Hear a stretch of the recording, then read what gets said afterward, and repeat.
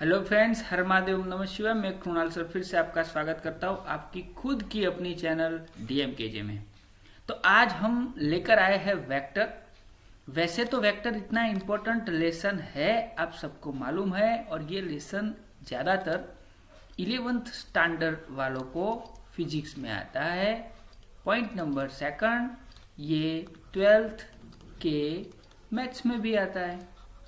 यानी हम आज करने वाले हैं एक तीर से दो निशान लगाने वाले हैं। ओके, तो अगर आप वेक्टर को पूरा सीखना चाहते हो तो प्लीज आप साथ में नोट और पेन लेकर बैठ जाइएगा और लिख दीजिएगा, या तो फिर वीडियो को 2 बार देखना, और ये वीडियो अभी लाइफ टाइम रहेगा और आपका वेक्टर का जो कॉन्सेप्ट है वो क्लियर हो जाएगा।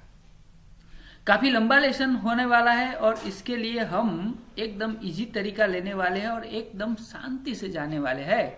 तो इसीलिए हम इसे 2 या 3 पार्ट में कवर करने वाले हैं। सबसे पहली बात कि वेक्टर को अगर हमें समझना है तो हम वेक्टर को कैसे समझेंगे।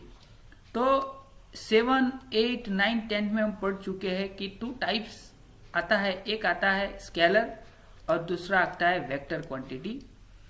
स्केलर किसे कहते हैं? तो जिसके पास क्या नहीं होता, तो डायरेक्शन नहीं होती है। अगर आपको पूरी जानकारी इसके बारे में चाहिए तो 7, 8 का साइंस का लेसन आपको ढूंढ के देख लेना है। इस लेसन में हम पूरी बात नहीं कर सकते क्योंकि ये स्पेशल वेक्टर का है। अगर वही आपको मालूम होगा तो आप इसमें आगे जाओगे, लेकिन हमारे लिए इंपॉर्टेंट ये है कि वेक्टर तो जिसकी क्या होती है, डायरेक्शन होती है। ओके, जैसे कि यहाँ पे हम बोले डिस्प्लेसमेंट, तो वो किस क्वांटिटी में आएगा? तो डिस्प्लेसमेंट जो है वो स्केलर क्वांटिटी में आएगा, और डिस्टेंस किस क्वांटिटी में आएगा? वेक्टर क्वांटिटी में आएगा।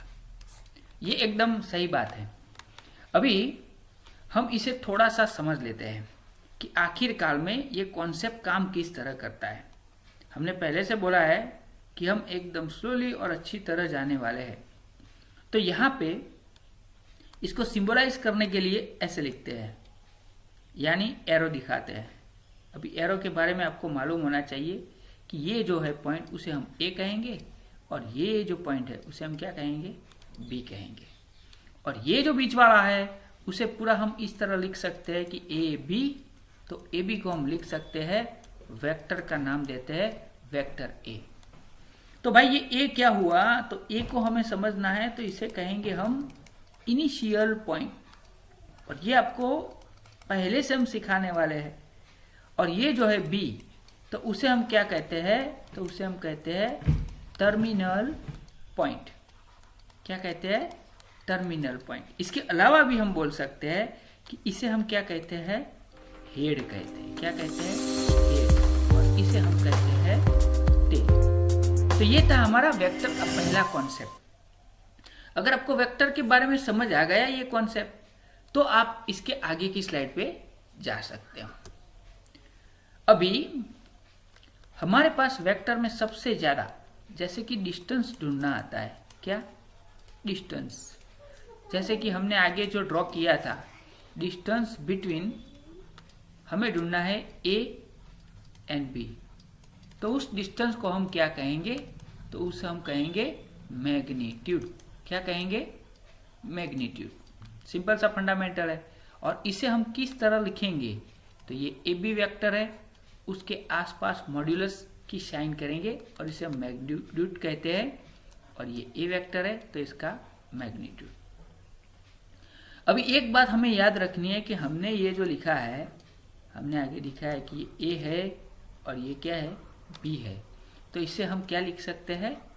ए बी। लेकिन हम इसे बी ए लिख सकते नहीं है, ये दोनों इक्वल होता नहीं है। वेक्टर की शुरुआत जब भी हम करते हैं, तो वेक्टर की शुरुआत करने के लिए हमारे पास सबसे पहले हमें सीखना है ट्राइंगल लॉ। ज्यादातर बच्चों को ये लॉ समझने में दिक्कत होती है, तो हम आज यहाँ पे क्लैरिफाई करने वाले हैं आपके लिए कि ट्राइंगल लॉ आखिरकार में क्या है। आई एम श्योर डैट कि ये देखने के बाद आप 100% इसे सीख जाओगे। जैसे कि हमारे पास एक वेक्टर यहाँ पे दिया हुआ है, ये वाला। ओके, तो ये इसकी टेल है और ये इसका हेड है ए बी। हो गया। अभी यहां से भी एक वेक्टर जाता है जिसे हम कंबाइन कर देते हैं बी के साथ, तो ये होगा बी और ये हो जाएगा सी। तो भाई ए और सी को जो ज्वाइंट करने वाला है ये वेक्टर हो गया। ओके, तो इसे हम कहते हैं रिजल्टेंट वेक्टर। क्या कहते हैं? Resultant vector. तो हम इसे किस तरह ढूंढ सकते हैं? तो हमारे पास ये है ए बी और ये प्लस हम लिख सकते हैं B C. Okay, is equal to हमें क्या मिलेगा? Resultant vector.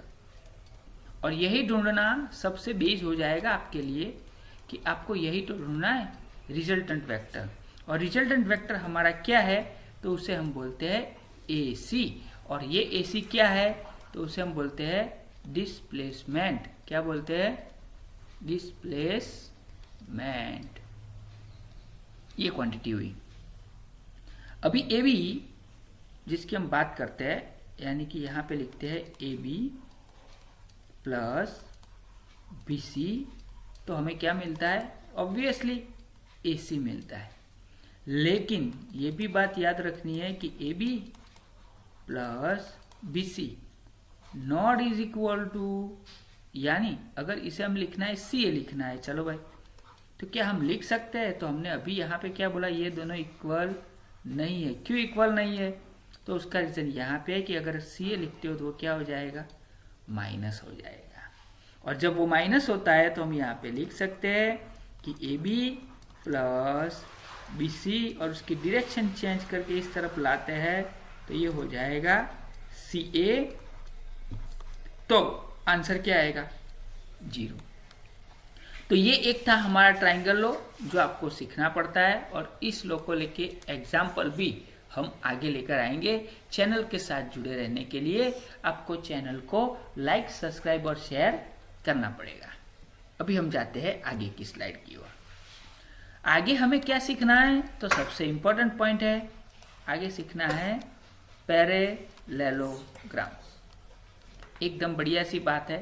पैरेललोग्राम को आपको मालूम है कि उसकी ऑपोजिट साइड क्या होती है? इक्वल होती है। तो हम यहाँ पे एक पैरेललोग्राम ड्रॉ करते हैं। इस तरह ड्रॉ करेंगे जो शायद सबको आता है। तो ये हो गया हमारा पैरेललोग्राम।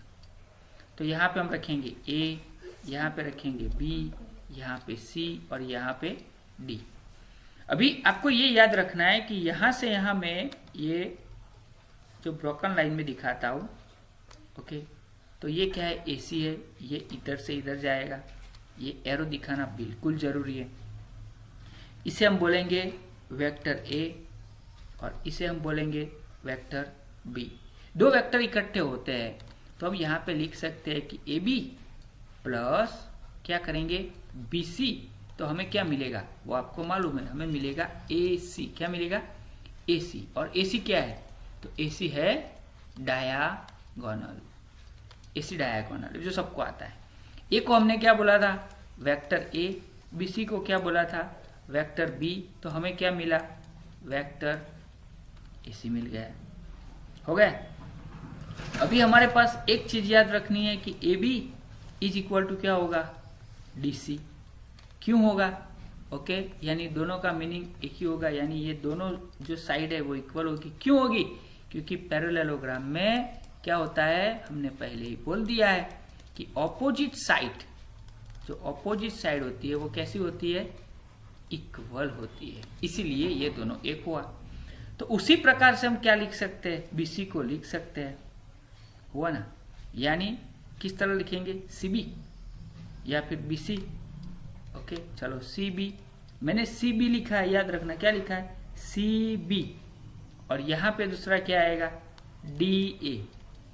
देखो मैंने क्या लिखा है वो आपको समझना है, डी ए और सी बी, यानी उल्टा किया है। ओके, तो B C is equal to क्या है? बी है। तो आगे हमने सिखाया कि सी बी और ये क्या होगा? तो माइनस हो जाएगा। तो अभी हमें क्या लिखना है? यहाँ पे दूसरा वैकल्पिक ढूंढना है कि D C plus C B. तो हमें क्या मिलेगा? डीबी। हो गया। क्या मिलेगा? डीबी। फिर से आपको बोल दूं, क्या मिलेगा? डीबी। ये वाला डीबी, दूसरा डायगोनल जो है ना वो हमें मिलेगा। ये मैं यहाँ से यहाँ ड्राइंग कर दूँ, यानी आपको मालूम है डीबी मिलेगा। तो इसको हम क्या कैसे कहेंगे, ये डीसी क्या है, जो डीसी है भाई वेक्टर ए है वो तो हो गया, और सी बी यानी क्या था माइनस बी, तो ये माइनस बी हो गया। तो हमें क्या मिला, डी बी, क्या मिला, डी बी हो गया। तो इसे हम क्या बोलेंगे, ये जो हमें पहला मिला तो उसे हम बोलेंगे D1 डायगोनल 1, और इसे हम क्या बोलेंगे डायगोनल 2, यानी पूरा चेंज हो जाता है, डायरेक्शन चेंज होती है तो माइनस होता है। बस यही चीज आपको याद रखनी है और आप समझ पाओगे कि ये क्या हुआ। मैंने पूरा इंफॉर्मेशन दिया, आपको सुनना है। अभी हम जाते हैं आगे की स्लाइड की ओर कि चलो भाई वेक्टर के अंदर हमने पैरेललोग्राम तो सीख लिया, तो अभी हमारे पास दूसरा ऑप्शन कौन सा आता है। तो दूसरा ऑप्शन जो आता है, वेक्टर के बारे में इंफॉर्मेशन ले ली तो हमें सीखना पड़ेगा, क्या सीखना पड़ेगा, टाइप्स ऑफ वेक्टर्स। अभी टाइप्स ऑफ वेक्टर के बारे में हम सीखना चाहेंगे, तो उसमें सबसे पहला जो वेक्टर है वो हम सीखेंगे, उसका नाम क्या है, जीरो वेक्टर है। अभी जीरो वेक्टर यानी क्या होता है, तो उसका मैग्नीट्यूड ही जीरो होता है। हमने पहले ही बात की है कि जो डिस्टेंस होता है उसे हम मैग्नीट्यूड कहते हैं, लेकिन इसका मैग्नीट्यूड ही जीरो होता है। यानी हमारा जो वेक्टर होता है ना, वो सिर्फ एक डॉट की तरह होता है। यानी हम अगर बोले ए टू ए, ओके, तो उसका मैग्नीट्यूड क्या होगा, जीरो वेक्टर होगा। तो ये तो सिंपल सा फंडामेंटल है सर, मालूम हो गया। अभी आगे चलते हैं। दूसरा एक टाइप्स आता है सबसे इंपॉर्टेंट, जिसे हम बोलते हैं को इनिशियल वेक्टर। क्या बोलते हैं, को इनिशियल वेक्टर्स। तो को इनिशियल वेक्टर किसे कहते हैं, तो यहाँ पे इनिशियल है, initial vector having same initial point, तो उसे को इनिशियल कहते हैं। वेक्टर हैविंग क्या, same initial point, initial point, तो उसे हम बोलते हैं को इनिशियल वेक्टर। जैसे कि यहाँ पे एक P है, वो पॉइंट है, उससे देखो पहला वेक्टर कौन सा निकलता है, PT, उसी से दूसरा वेक्टर भी निकलता है Q, उसी से तीसरा वेक्टर भी निकलता है कौन सा, R। जैसे कि हम यहाँ पे एक ऐसे ड्रॉ करते हैं, ये P है और ये यहाँ से हम लिखते हैं R, यहाँ पे हम लिखते हैं S, तो ये PS और PR ये दोनों कैसे हुए, इनिशियल वेक्टर हुए। अभी ये दोनों चीजें तो आपको आसानी से मालूम हो सकती है, नो डाउट, उसमें कोई प्रॉब्लम नहीं है, लेकिन यहां से थोड़ा सा आपके जो क्वेश्चन शुरू होते हैं वो यहां से होते हैं। एक आता है इक्वल वेक्टर, ओके, ये समझना जरूरी है। जब भी इक्वल आता है तो हर कोई बोलता है सेम सेम, लेकिन यहाँ पे भी कुछ ऐसा ही है कि इक्वल वेक्टर किसे कहते हैं, तो जो वेक्टर होते हैं, ओके, वेक्टर हैविंग क्या बोला जाता है, हम इक्वल वेक्टर कब हो गए, सेम मैग्नीट्यूड। इनका मैग्नीट्यूड क्या होता है, सेम होता है, बस मैग्नीट्यूड सेम आया, एंड मैग्नीट्यूड तो सेम होता है, लेकिन दूसरी चीज आपको याद रखनी है, same magnitude and most important point same direction, तभी वो इक्वल वेक्टर बोला जाता है। जैसे कि ये वाला ए है तो उसका क्या होगा, ए वेक्टर है, मैग्नीट्यूड ऑफ ए है, मैग्नीट्यूड ऑफ बी अगर ढूंढते हैं तो वो, जैसे कि हम बोल सकते हैं कि ये वाला ए वेक्टर है, उसका मैग्नीट्यूड कितना है, तो उसका मैग्नीट्यूड 4 है, ओके। ये बी है, बी का मैग्नीट्यूड भी कितना है, 4 है, ओके। ये सी वेक्टर है, तो सी का मैग्नीट्यूड भी कितना है, 4 है। तो ये तीनों वेक्टर क्या हुए, इक्वल हुए। यानी हम लिख सकते हैं vector A is equal to vector B is equal to vector C, हो गया। लेकिन समझने की बात यह है कि इफ ऑपोजिट डायरेक्शन होती है तो क्या होता है, सर जी ये तो आपने समझाया नहीं। ऑपोजिट डायरेक्शन में क्या होता है, ये तो सेम डायरेक्शन वाला इक्वल वेक्टर हो गया। जैसे कि हम डी लिख देते हैं, ये वाला डी है, ओके, ये डी वेक्टर है और इसका मैग्नीट्यूड क्या है, तो इसका मैग्नीट्यूड 4 है। तो क्या बोलेंगे, सर इसका भी 4 आया, ये तो नहीं होगा भाई। यहाँ पे हम लिख सकते हैं vector A is equal to vector B is equal to vector C, लेकिन डी नहीं लिख सकते। अगर डी को लिखना है तो आपको क्या करना पड़ेगा, माइनस करना पड़ेगा, क्योंकि उसकी डायरेक्शन क्या है, डिफरेंट है। तो ये जो था वो हमने सिखाया वो डायरेक्शन के ऊपर था। इन तीनों की डायरेक्शन इस तरफ थी और इसकी डायरेक्शन इस तरफ थी, इसलिए माइनस हो गया।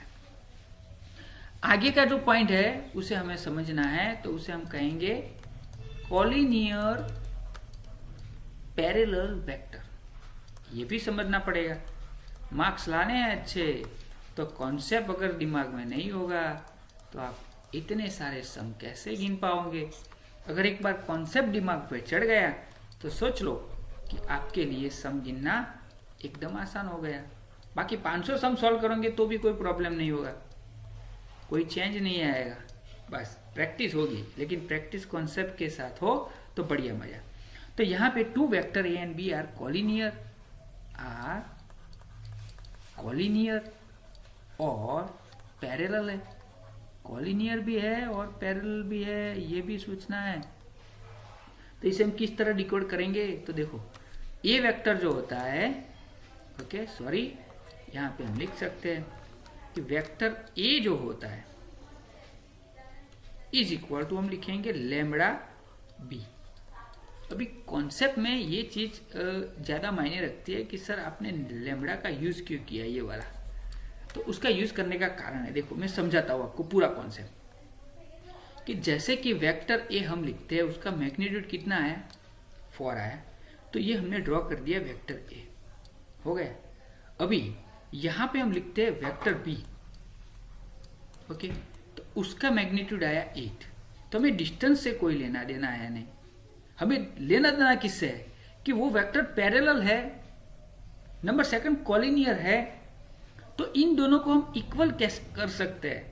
अगर मुझे लिखना है यहाँ पे कि vector A is equal to vector B, तो किस तरह इक्वल होगा। यहाँ पे सपोजिंगली वेक्टर ए की वैल्यू क्या है 4 है और इसकी वैल्यू क्या है 8 है, तो ये दोनों इक्वल कैसे हो जाएंगे। तो यहाँ पे 8 को मुझे क्या करना पड़ेगा 2 से डिवाइड करूंगा, तब जाकर 4 आएगा और दोनों इक्वल होंगे।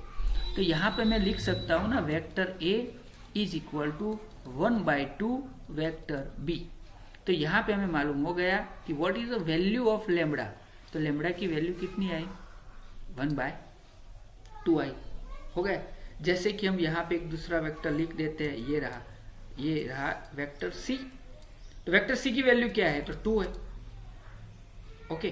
तो मैं यहाँ पे कैसे लिख सकता हूँ, वेक्टर ए और वेक्टर सी को इक्वल बताना है, तो मैं क्या लिखूंगा, what is the value of lambda.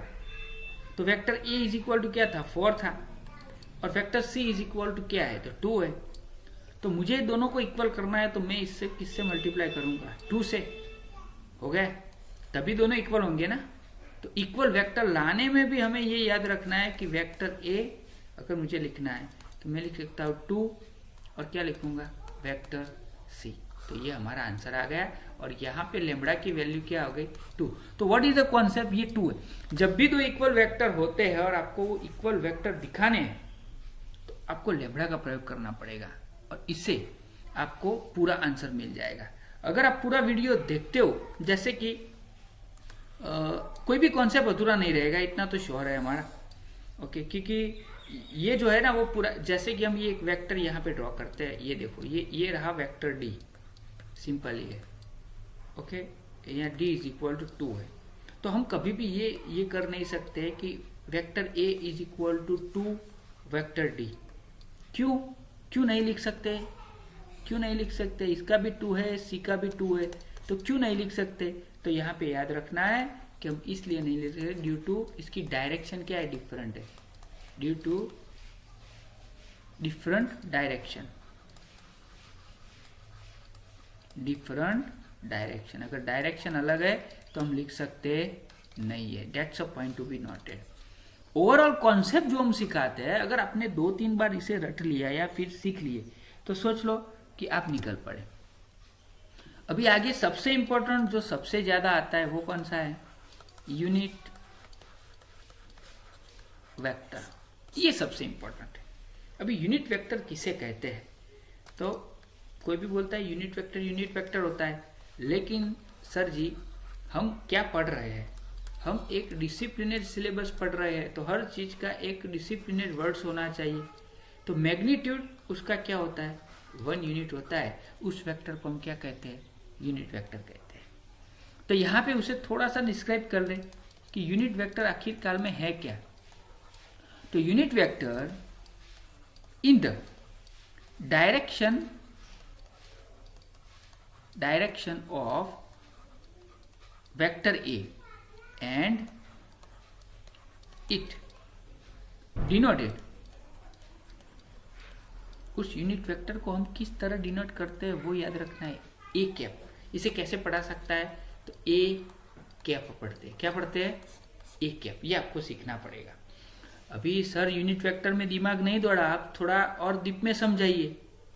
ऐसे इजी लगता है लेकिन डीप में, जैसे कि मैं यहाँ पे एक वेक्टर ड्रॉ करता हूँ, ये रहा हमारा एक वेक्टर, ओके, जिसका नाम हमने रख दिया ए और ओके।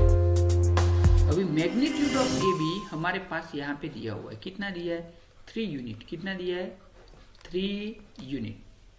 अभी इसको मैं 3 पार्ट में डिवाइड करता हूँ, 3 इक्वल पार्ट में। यहाँ पे डी रखता हूँ और यहाँ पे सी रखता हूँ, ओके।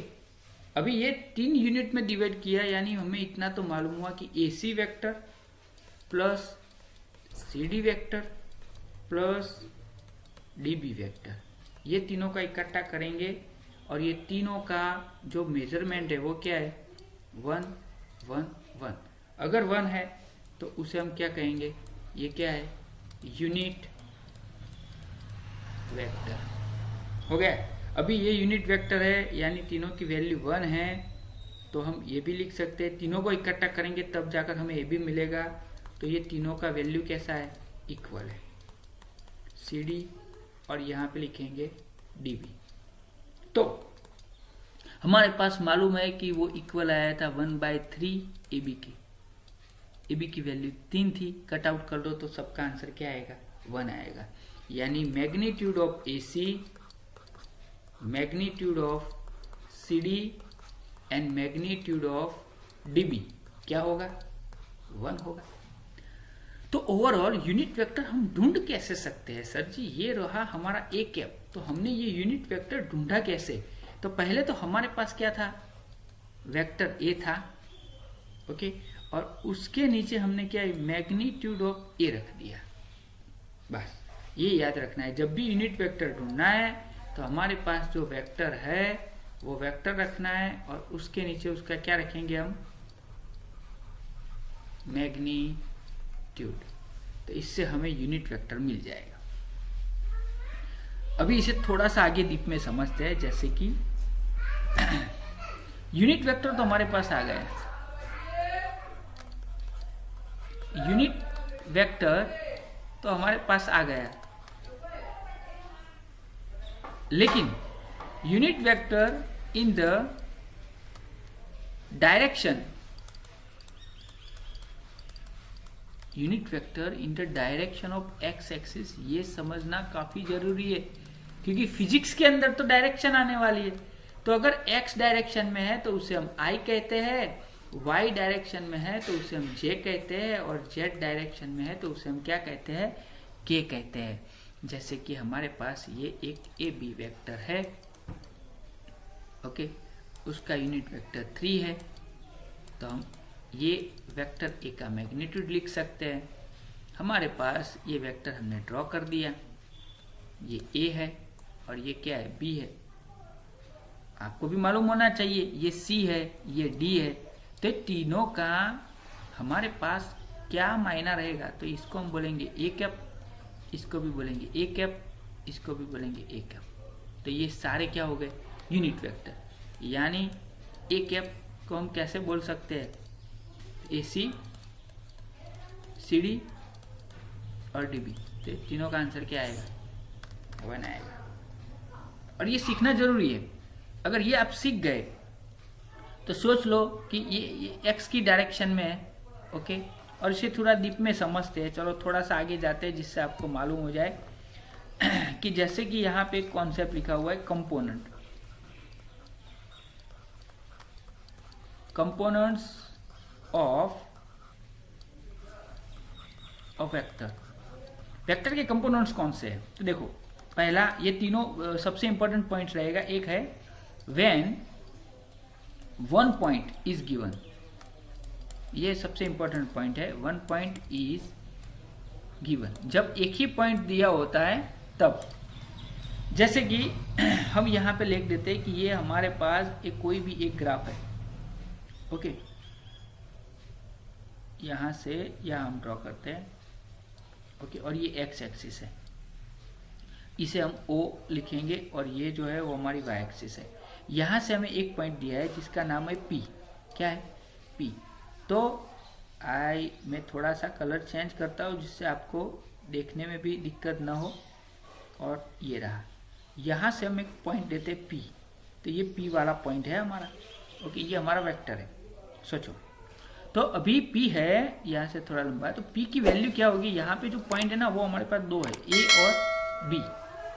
तो यहाँ से हम जाएंगे, तो यहाँ से नीचे परपेंडिकुलर डिस्टेंस लेते हैं, तो उसे हम क्या कहेंगे, B, ये B है हमारा B वेक्टर, और यहाँ पे हम Q रख देते हैं, तो ये कौन सा हुआ हमारा A वेक्टर है। तो इसे डिस्क्राइब कैसे करेंगे, तो हमारे पास ऑलरेडी ट्राइंगल लॉ है, तो OP vector OP is equal to क्या होगा, तो OQ प्लस QP है ना, ये तो सिंपल सा है। अभी OP हम लिख देंगे यहाँ पे OP, अभी Q है तो वो कौन सा है, A है, और वो कौन सी डायरेक्शन पे है, OPX, तो हम क्या लिखेंगे यहाँ पे I लिखेंगे, और फिर यहाँ पे QP है, तो QP तो वो कौन सी डायरेक्शन में आता है, तो Y डायरेक्शन में आता है, तो यहाँ पे हम लिखेंगे B और J। अभी और A और B जो है ना वो डायरेक्शन रेशियो है, वो भी याद रखना है, यानी इसकी जगह पे कोई भी एक नंबर दिया होगा आपका, आप ग्राफ तो पढ़ चुके हो, तो ग्राफ पढ़ने के बाद आप इसके सम गिन सकते हो, तो ये इसका डायरेक्शन रेशियो है। और अगर शॉर्ट आंसर में आता है AI और BJ क्या है सर, तो ये तो आप वही लिखोगे नहीं, तो इसे बोलते हैं वेक्टर कंपोनेंट। हम टॉपिक वाइज ही जाएंगे, आपको सिर्फ टॉपिक समझना है और आगे जाना है। तो जब भी I और J वाला कॉन्सेप्ट आता है XY वाला, तो उसे हम वेक्टर कंपोनेंट कहते हैं। तो अभी सर जी आपने थोड़ा सा कंफ्यूज कर लिया, जैसे कि यहाँ पे एग्जांपल हमारा P है, ओके, तो P पॉइंट का जो रेशियो दिया है वो ऐसे दिया है 2, 3 और -4 दिया है, ये तीनों है। तो आपको मालूम है कि 3 क्या है, तो X, Y और Z है।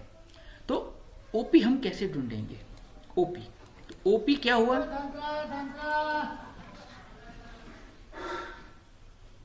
वेक्टर OP क्या हुआ, तो ये 2 है तो X है तो 2Y हुआ, प्लस 3Y है तो 3J, और -4 Z है तो क्या होगा -4K। सबके ऊपर कैप कंपलसरी आना चाहिए क्योंकि यूनिट वेक्टर है। तो अभी इसका मैग्नीट्यूड हम कैसे ढूंढेंगे, अभी तो सिखाया, और यहाँ से आप सीखेंगे magnitude, that's a point important. अभी तक जो मैग्नीट्यूड आया है, किसी वेक्टर का मैग्नीट्यूड ढूंढने के लिए उसके जितने भी डायरेक्शन रेशियो दिए हैं उन सबका स्क्वायर करके उसका स्क्वायर रूट निकालना है। ये 2 स्क्वायर, ये 3 स्क्वायर, और ये आएगा -4 स्क्वायर, हो गया। तो हम इसका रूट निकालेंगे, 2 का स्क्वायर क्या होगा 4, 3 का स्क्वायर 9, और -4 का स्क्वायर क्या होगा 16 और 4 20, और इसका आंसर आएगा रूट में 29। तो ये हो गया हमारा मैग्नीट्यूड। आई होप कि आप मैग्नीट्यूड ढूंढना सीख जाओगे, क्लियर। तो हर किसी का मैग्नीट्यूड और वेक्टर बनाना आ गया तो आगे आप सब तो सीख जाते। तो ये फर्स्ट पॉइंट रहा हमारा कंपोनेंट का कि जब एक ही पॉइंट दिया हुआ होता है। तो अभी दूसरा पॉइंट आप समझ गए हो कि कौन सा होगा। अभी एक पॉइंट दिया था, अभी कितने पॉइंट दिए होंगे, व्हेन 2 points आर गिवन। जब 2 पॉइंट्स दिए होंगे तब क्या करोगे, मामला काफी डेंजर में आ गया। चलो उसी को हम ढूंढते, जैसे कि ये हमारे पास 2 पॉइंट, एक P है और एक Q है, समझना ध्यान से। तो ये हेड है और ये क्या है, टेल है, वो भी वो देखने की जरूरत नहीं है हमें, बारी करी X1, Y1 और ये Z1 है। तो यहाँ पे जो पॉइंट होगा वो क्या होगा X2, Y2 और Z2। कंफ्यूज कहाँ होती है कि सर वेक्टर कैसे बनाए हम, ये PQ वेक्टर कैसे ढूंढे। तो बस सिंपल सा हो गया हमारा, वही 10th वाला याद करना है आपको। क्या करेंगे, x2 minus x1i plus y2 minus y1j plus z2 minus z1 और यहाँ पे लिखेंगे k। हो गए। अभी इसे हम थोड़ा एग्जाम्पल के थ्रू पढ़ते हैं तो आपको ज़्यादा दिक्कत नहीं होगी। चलो एक एग्जाम्पल ले लेते हैं। एग्जाम्पल में हम समझेंगे, जैसे कि यहाँ पे एक एग्जाम्पल ले लेते हैं। लेकिन फ्रेंड्स अगर आपको वीडियो अच्छा लगता है, हम आपके लिए स्लो में और पूरे एडिटिंग में जाते हैं, तो चैनल को लाइक, सब्सक्राइब और शेयर करना मत भूलिएगा। ये हमारे पास एक वेक्टर है, वेक्टर ए, और ये रहा वेक्टर बी। वेक्टर ए की वैल्यू 1, 2 और -3 दी। आप मुझसे पहले गिन सकते हो अगर आपको आता है तो। 2 है, -1 है और 5 है। सोचो, तो अभी वेक्टर ए बी कैसे ढूंढेंगे, तो मैंने जैसे ऊपर बोला वैसे करना है। x2 माइनस x1, तो ये जो तीनों है उसे हम क्या बोलेंगे, x1, y1 एंड z1।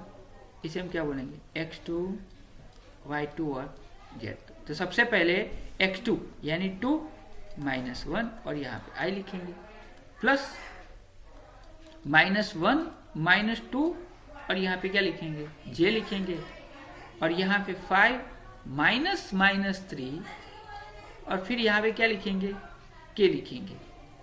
तो यहाँ पे 2 में से 1 निकालेंगे यानी 1i बचेगा, 1i। यहाँ पे माइनस माइनस प्लस हो जाएगा, 2 और 1 -3 यानी -3j, और यहाँ पे 5 + 3 होगा 8, तो यहाँ पे आएगा +8k। अभी दो चीजें आपको लिखनी है। चलो भाई, एग्जाम में यही आएगा, क्या लिखना है, डायरेक्शन रेशियो लिखे। तो इसका जो नंबर है ABC वो डायरेक्शन रेशियो क्या हुआ, तो 1 -3 और 8। दूसरा कॉन्सेप्ट है वेक्टर कंपोनेंट। तो वेक्टर कंपोनेंट कौन से है, सॉरी, 1i -3j और 8k। ये था एक सिंपल फंडामेंटल कि आप किसी भी वेक्टर का कुछ भी निकाल सकते हो। सोचो, अभी हम यहां से यहां थोड़ा सा कॉन्सेप्ट पूरा करेंगे आपका कि ए बी का मैग्नीट्यूड ढूंढना है। क्या ढूंढना है, मैग्नीट्यूड। तो आप मैग्नीट्यूड किस तरह ढूंढोगे, तो मैंने बोला पहले रूट और तीनों जो डायरेक्शन रेशियो उनका स्क्वायर कर देना है। 1 का स्क्वायर -3 का स्क्वायर और यहाँ पे 8 का स्क्वायर। तो क्या होगा वो भी आपको मालूम है, 1, 3 का स्क्वायर होगा 9 और 8 का स्क्वायर होगा 64। यानी हमारा जो मैग्नीट्यूड आएगा वो आएगा रूट में 74। आई होप कि इतना तो पढ़ने के बाद आपको ये तो लगेगा कि नहीं भाई एकदम बढ़िया सा हमने सीख लिया है। अभी आगे जो हम बात करते हैं उसका भी एक एग्जांपल ले लेते हैं कि हमारे पास वेक्टर ए यहाँ पे दिया हुआ है, उसे हम ए बी कहते हैं। ओके, तो उसका i 3j प्लस 8k हो गया।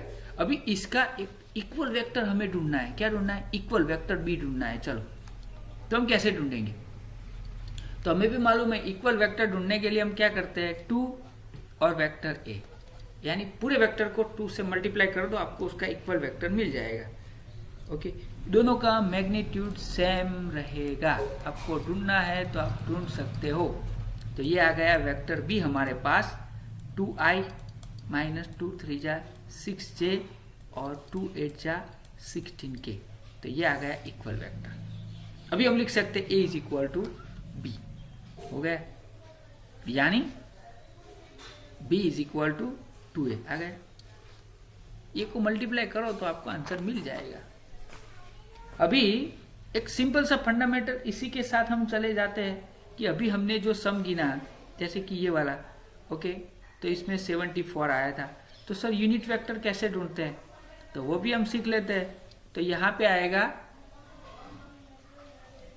जैसे कि हम लिख सकते हैं फाइंड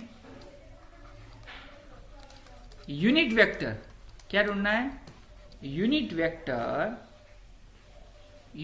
ढूंढना है। तो यूनिट वेक्टर ढूंढने का यूनिट वेक्टर हम कैसे ढूंढते हैं, तो वेक्टर ए और नीचे क्या लिखते हैं, मैग्नीट्यूड ऑफ ए लिखते हैं कि नहीं। तो हमारा वेक्टर क्या था, तो अभी हमने ये ऊपर लिखा है देखो आई, यानी आई माइनस 3j प्लस 8k, ये हमारा वेक्टर है और उसका मैग्नीट्यूड क्या आया था -74। बस, तो ये जो आया ना ये पूरा क्या है हमारा यूनिट वेक्टर है, उसका मैग्नीट्यूड भी हमने लिख दिया। अभी इसी के आगे क्या आता है वो आपको थोड़ा सा कॉन्सेप्ट ले जाओ कि फाइंड वेक्टर डायरेक्शन।